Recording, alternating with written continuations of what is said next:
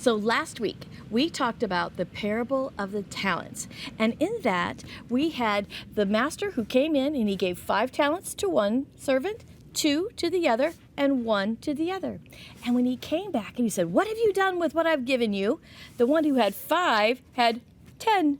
He doubled it. The one that had 2 had 4. He doubled it. But the one that was given just 1, he hid it away.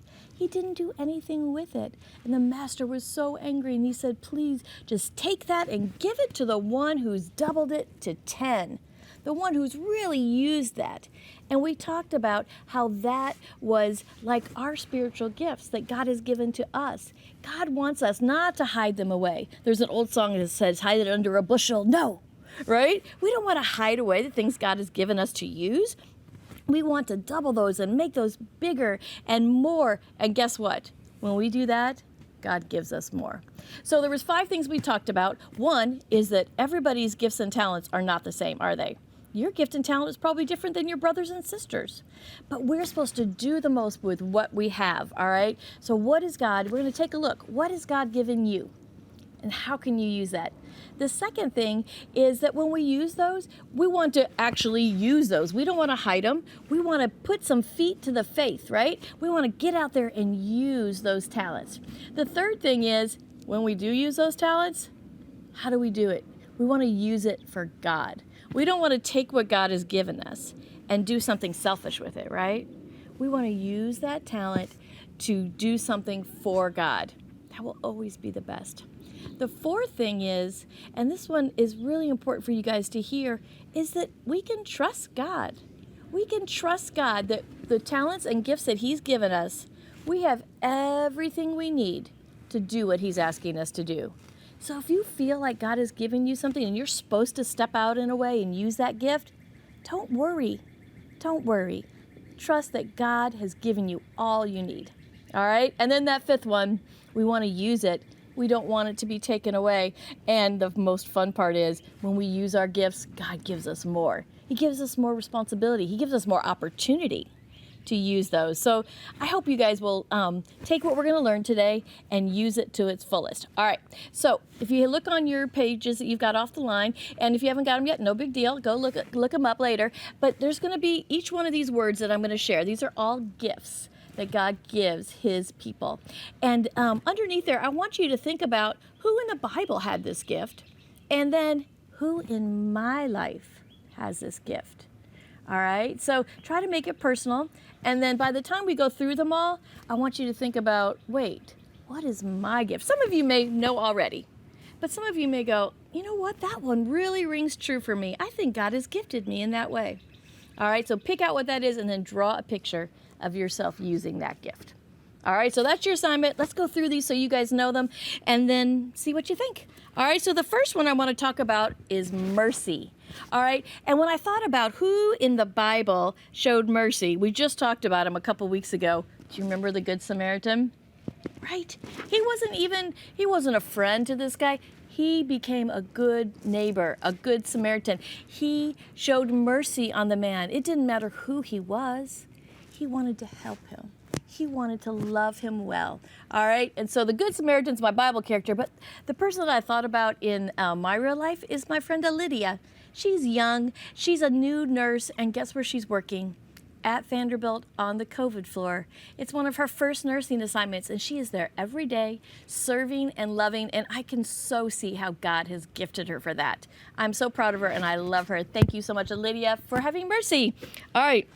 Let's look at the second one, teaching. I love teaching, but when I thought about teaching, I thought, who is the best teacher I've ever thought about? And guess who it is? Jesus, right? Why are we even studying these parables if Jesus wasn't? He is the best teacher, right? But I thought, okay, who in my life is a really great teacher? There's a lot of them around me. Our family is full of great teachers.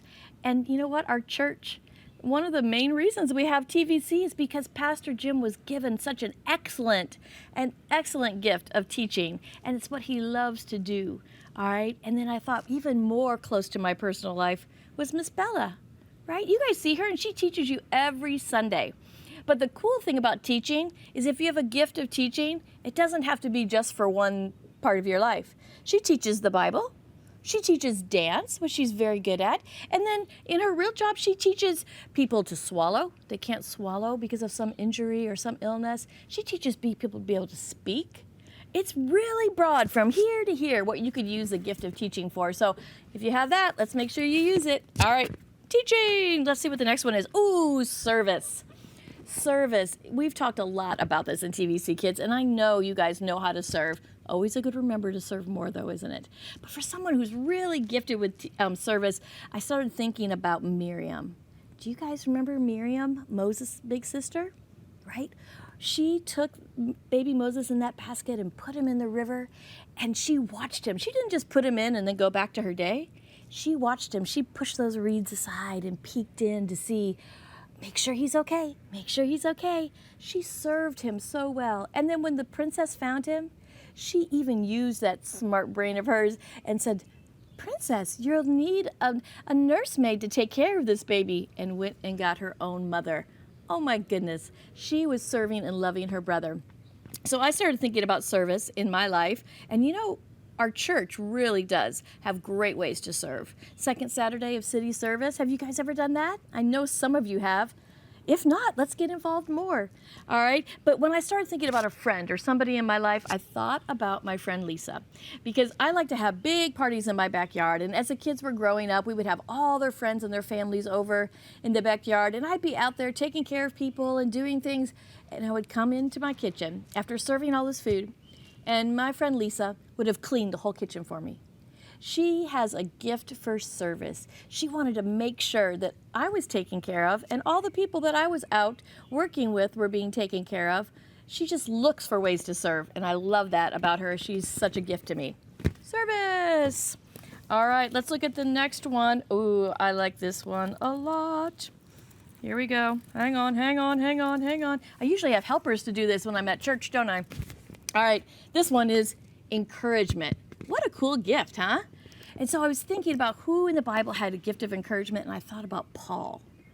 Paul would talk to Timothy, his younger friend, right? And he would encourage him. He would write those letters to the churches and encourage people. And so I really think Paul had a great gift of encouragement. And in my life, probably the person that's closest to me, Chris, my husband, Mr. Chris, as you guys call him, he is the biggest encourager I know. It's been fun because during this time of being at home, he's been teaching all his music lessons online. And so I've been able to hear him teach. And so he's teaching drums or piano or whatever he's teaching. I hear little kids who are just learning, and I hear adults who are playing things and teenagers who are playing magnificent things. And he is encouraging each one of them, helping them grow in their musicality, helping them grow in who they are in the Lord. And so he has always been my strong encourager, and I really love hearing him encourage others. He definitely has the gift of encouragement. All right, here's our next one, giving. All right, we all know that we should give, right? We all know, but we don't always think about how deep that can go and what that means and what we're giving. It's not always money, is it? And so for my Bible character, I thought about Ruth.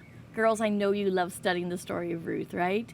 She, when her husband passed away, she could have gone back and lived with her parents, but instead, she said, I'm going to stay with my mother-in-law, Naomi.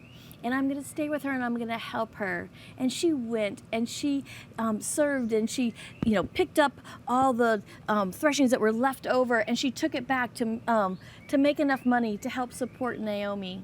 She served and loved and gived. All right, she is a giving person. She gave her life, her time, her patience. All right, sometimes it's harder to give time and patience than it is money, isn't it? It is sometimes. And so I thought about who loves to give, and I thought about my friends, the Abernathys, each and every one of them. But my friend Holly, I can't even say a word and something shows up at my house. Or if I say I like something and it shows up, she is the most generous giver I've ever met. And she's an artist, and so she gives of her talent, she gives of her time, she gives of her patience, and she gives of everything she has. So their whole family are just learned to be servant-hearted givers. So that's my giving example. Let's see, we're getting close. All right, evangelism. Now that's a really big word, right? And you know that word a little bit because we've talked about disciples. We've talked about the disciples going out and preaching the gospel to everyone. What if those first 12 disciples said, nope, too busy, can't do it? No, right? We've talked about this a lot. No, those disciples needed to go out and share Jesus. And so in my life, a couple of people that I thought about, first off, Billy Graham. Have you guys heard of him? A lot of your parents have heard of him. That was his gift. That was by far his gift. He was going to be an evangelist, and he would have huge stadiums full of people, and Mr. Chris would go and play drums with his worship band, and so we got to go along a lot, and it was so fun to see how God was able to do that.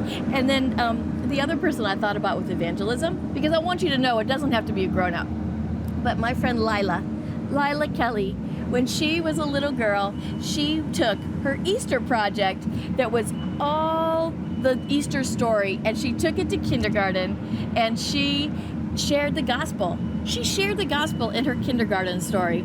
So that's my friend Lila. And then the last one is leadership. And leadership, who do you think is the best leader you've ever known? The best leader we've ever known, that would be God. All right? And so God, he leads us in ways that we'll never even understand, but he is the ultimate leader. And in my personal life, I thought about my little guy, Isaiah. He's not very little anymore, but he's an Eagle Scout and he steps forward. Something about being a good leader means that you care for, you're sensitive to the needs of the people that are under you. And so I've seen him just be such a good leader ever since he was a little boy, now up to a graduated 23-year-old, and I know for the future too. So those are the gifts that we're talking about. I hope you guys will fill out that paper. Find out who has what gifts in your family, or write down on there people from the Bible, but also people in your life that have those gifts and use those gifts. Go forth, my friends. I love you. Have a great week. I'll see you soon.